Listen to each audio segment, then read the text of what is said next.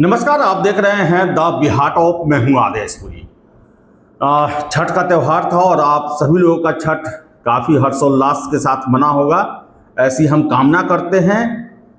और इस वीडियो में हम चर्चा करेंगे एईडीओ को लेकर, इसके साथ साथ बीपीएससी 70वीं और 71वीं को लेकर भी चर्चा करेंगे। लेकिन सबसे पहले एईडीओ यानी कि सहायक शिक्षा विकास अधिकारी, नया कैडर है। 935 सीटों के लिए बीपीएससी के द्वारा अगस्त में नोटिफिकेशन जारी किया गया। और बता दें आपको कि बीपीएससी के द्वारा अब तक लिए गए किसी भी परीक्षा में सबसे अधिक आवेदन इसी परीक्षा के लिए हुए। आपको बताएं कि 1,71,000 शिक्षकों की बहाली के लिए बीपीएससी के द्वारा नोटिफिकेशन जारी किया गया। उसमें भी इतने कैंडिडेट अप्लाई नहीं किए जितने इस 935 सीट के लिए आवेदन किए गए हैं।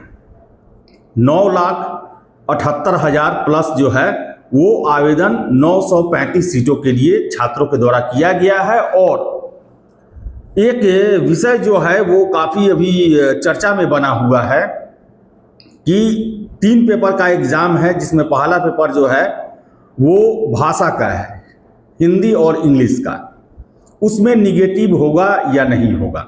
हालांकि आपको बता दें हम कि 23 अगस्त को ही, यानी कि नोटिफिकेशन आने के जस्ट बाद ही हमने आपको वीडियो करके ये जानकारी दे दी थी कि पेपर 1 में निगेटिव होगा या नहीं होगा, जो कि पुख्ता सोर्सेज जो हैं, विश्वसनीय सोर्स जो हैं, उनके द्वारा कंफर्म किया गया था। तो बता दें आपको हम, पेपर 1 जो कि हिंदी है और इंग्लिश के प्रश्न पूछे जाएंगे, उसमें निगेटिव नहीं होगा। ये क्वालिफाइंग पेपर है और सेक्शनल क्वालिफाइंग है, यानी कि 70 प्रश्न जो रहेंगे वो हिंदी से रहेंगे, जिसमें आपको 30% अंक लाना ही होगा। उसी तरह 30 प्रश्न इंग्लिश के रहेंगे, जिसमें आपको कम से कम 30% अंक लाना ही होगा। तभी आपका सेकेंड या थर्ड दोनों कॉपी जो है वो जांच किया जाएगा। अगर आप इसमें से किसी भी सेक्शन में फेल करते हैं, यानी कि मिनिमम 30% अंक नहीं लाते हैं, तो आपका बाकी का कॉपी चेक नहीं होगा। तो बताएं कि ये कन्फ्यूजन अपने मन से हटा दीजिए। अभी मैं आया आज पटना, लगातार कई लोगों का फ़ोन आया कि निगेटिव को लेकर क्या है। तो मैंने तो बताया कि 23 अगस्त को ही मैंने ये वीडियो किया था, जिसमें ये साफ साफ बताया गया था मेरे द्वारा कि फर्स्ट पेपर जो है उसमें निगेटिव नहीं होना है और ये क्वालिफाइंग है। टीआरई के एग्ज़ाम में भी आप देखते होंगे कि जो हिंदी जो कंपलसरी हिंदी या इंग्लिश जो भी होता हो, उसका परीक्षा होता है, वो क्वालिफाइंग होता है, उसमें भी निगेटिव नहीं होता है। तो इसमें भी निगेटिव नहीं होने वाला है, इसके लिए आप निश्चिंत रहें। इसके साथ साथ बताएं कि पेपर 2 और पेपर 3 दोनों जो है बैलेंस करके आपको चलना पड़ेगा, क्योंकि इसमें बहुत सारे ऐसे कैंडिडेट होंगे जिनका जीएस काफ़ी अच्छा होगा, लेकिन थर्ड पेपर जो है उनका कुछ कमज़ोर होगा। और बहुत सारे ऐसे भी छात्र होंगे जिनका थर्ड पेपर काफ़ी अच्छा होगा और जीएस में थोड़ा उनको प्रॉब्लम होगा। और जिस तरह बीपीएससी ने सिविल सेवा परीक्षा के माध्यम से 71वीं के माध्यम से जो प्रश्न किए हैं, और जितना इसमें कंपटीशन है, इतना आप मान के चलिए कि जीएस जो रहेगा वो काफ़ी स्तरीय रहेगा, यानी कि 71वीं के लेवल का रहेगा, इसमें कोई दो राय नहीं है। और जो थर्ड पेपर है, मैथ, रीजनिंग, एप्टीट्यूड से संबंधित जो है, साइंस वाले ये भी ना समझे कि वो उसे आराम से कर ही लेंगे, क्योंकि बीपीएससी मेंस का आप स्टेट का देखते हैं, ऐसे प्रश्न रहते हैं जो कि साइंस या इंजीनियरिंग बैकग्राउंड वाले भी आराम से नहीं कर पाते हैं। बहुत मुश्किल होता है। 71वीं का ही जो स्टेट पूछा गया था, उसमें बहुत सारे आईआईटी के कैंडिडेट कि हमने बनाया, लेकिन 1.25 घंटा लग गया, 1.5 घंटा लग गया, 1 घंटा प्लस ही लगा। तो ओवर कॉन्फिडेंस में आने की ज़रूरत नहीं है। और जो आर्ट्स बैकग्राउंड के हैं उन्हें डिप्रेस्ड होने की ज़रूरत नहीं है कि वो थर्ड पेपर नहीं कर पाएंगे। उसका ऐसा मिला जुला मेरे ख्याल से होना चाहिए जो कि सभी के लिए जो है वो कॉमन हो जाएगा एक स्तर पे आके। तो एईडीओ बहुत ही टफ कंपटीशन होगा। अब 9,78,000 अप्लाई हुआ है तो हम उतना नहीं, लेकिन 2 लाख तो सीरियस कैंडिडेट होंगे, क्योंकि इसमें बहुत सारे एसएससी वाले होंगे, बीएसएससी वाले होंगे, दरोगा वाले कैंडिडेट होंगे, शिक्षक अभ्यर्थी होंगे, बहुत सारे लोग होंगे इसमें। तो 2 लाख तो लोग इसमें सीरियस होंगे, और 2 लाख में 935 भी कम होता है, बहुत कम होता है। तो आपको तैयारी को उस लायक बनाना पड़ेगा और जी तोड़ मेहनत करना पड़ेगा। परीक्षा जो है कम से कम 2 चरण में होगा, ये डिसाइडेड है, क्योंकि बीपीएससी 6 लाख सिविल सेवा के लिए ही सीटिंग अरेंजमेंट करने में बहुत जद्दोजहद करना पड़ता है, बहुत ही ज़्यादा। आपको बता दें कि जो कुछ बातें जो निकल के आती हैं, जैसे 71वीं में ही 4,70,000 के पास लोग अप्लाई किए और 3,05,000 लोग ही एग्ज़ाम में बैठे, यानी कि 1,65,000 लोग नहीं बैठे।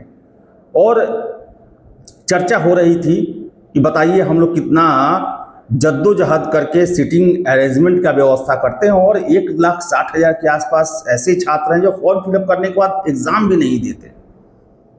कितना परेशानी होता है आवासन का व्यवस्था करने में, सेंटर कितना फैलाना पड़ता है, बहुत सारे विद्यालयों को इसका सेंटर बनाना पड़ता है। तो 10 लाख के आसपास कैंडिडेट हैं, तो एक दिन में तो ये संभव है ही नहीं। और बीपीएससी के द्वारा पहले भी ये स्वीकार किया जा चुका है, जब परीक्षा 2 फेज में कराने की बात हो रही थी, कि हमारे पास 6 लाख ही कराने की क्षमता है, 6 लाख छात्रों का ही एक साथ परीक्षा कराने की क्षमता है, उससे अधिक क्षमता नहीं है। तो ये 10 लाख के आसपास है। तो इसमें क्लियर है कि एग्ज़ाम जो है आपका 2 चरण में ही होगा। इसके लिए आप तैयार रहेंगे। जनवरी का समय दिया गया है, जनवरी लास्ट में ही चांस है। जनवरी में अगर नहीं हो पाता है ये एग्ज़ाम, तो इतना मान के चले कि ये एग्ज़ाम जो है वो मार्च में ही होगा, और वो भी होली के बाद, क्योंकि फरवरी का महीना बिहार में मैट्रिक और इंटर के एग्ज़ाम का होता है, और 2 फेज में ये परीक्षा होगा। तो कम से कम 3, 4, 5, 10 दिन का तो गैप देना ही होगा, उससे ज़्यादा गैप भी नहीं दिया जा सकता है। तो जनवरी में हो, लेकिन आप टारगेट जनवरी का ही मान के चले, 20 जनवरी के आसपास टारगेट रखें कि ये एग्ज़ाम हो जाएगा, क्योंकि कैलेंडर में दिया गया है।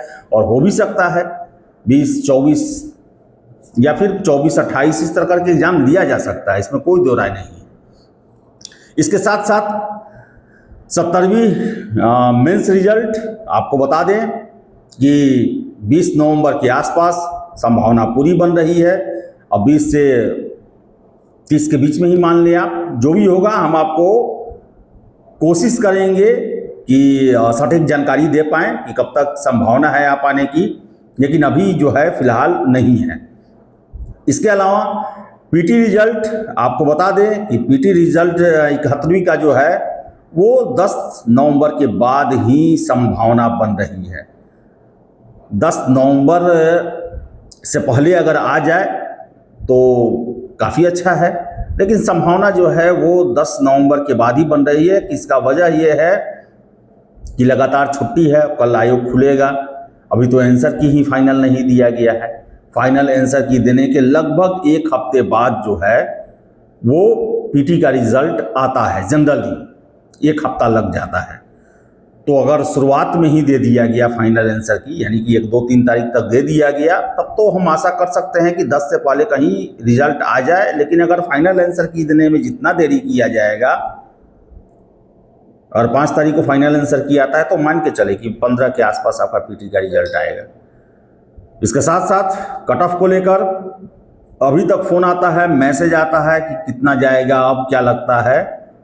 तो अभी भी हमको लगता है कि जिनका 75 प्लस है, 75 या 75 प्लस है, वो मेंस दे रहे हैं, मुझे जो लगता है। अब तो रिजल्ट आएगा तभी पता चलेगा। 75 हो, 77 हो, 78 हो, लेकिन 80 क्रॉस नहीं करेगा ये कट ऑफ जो है, मुझे लगता है, मेरा अनुमान है।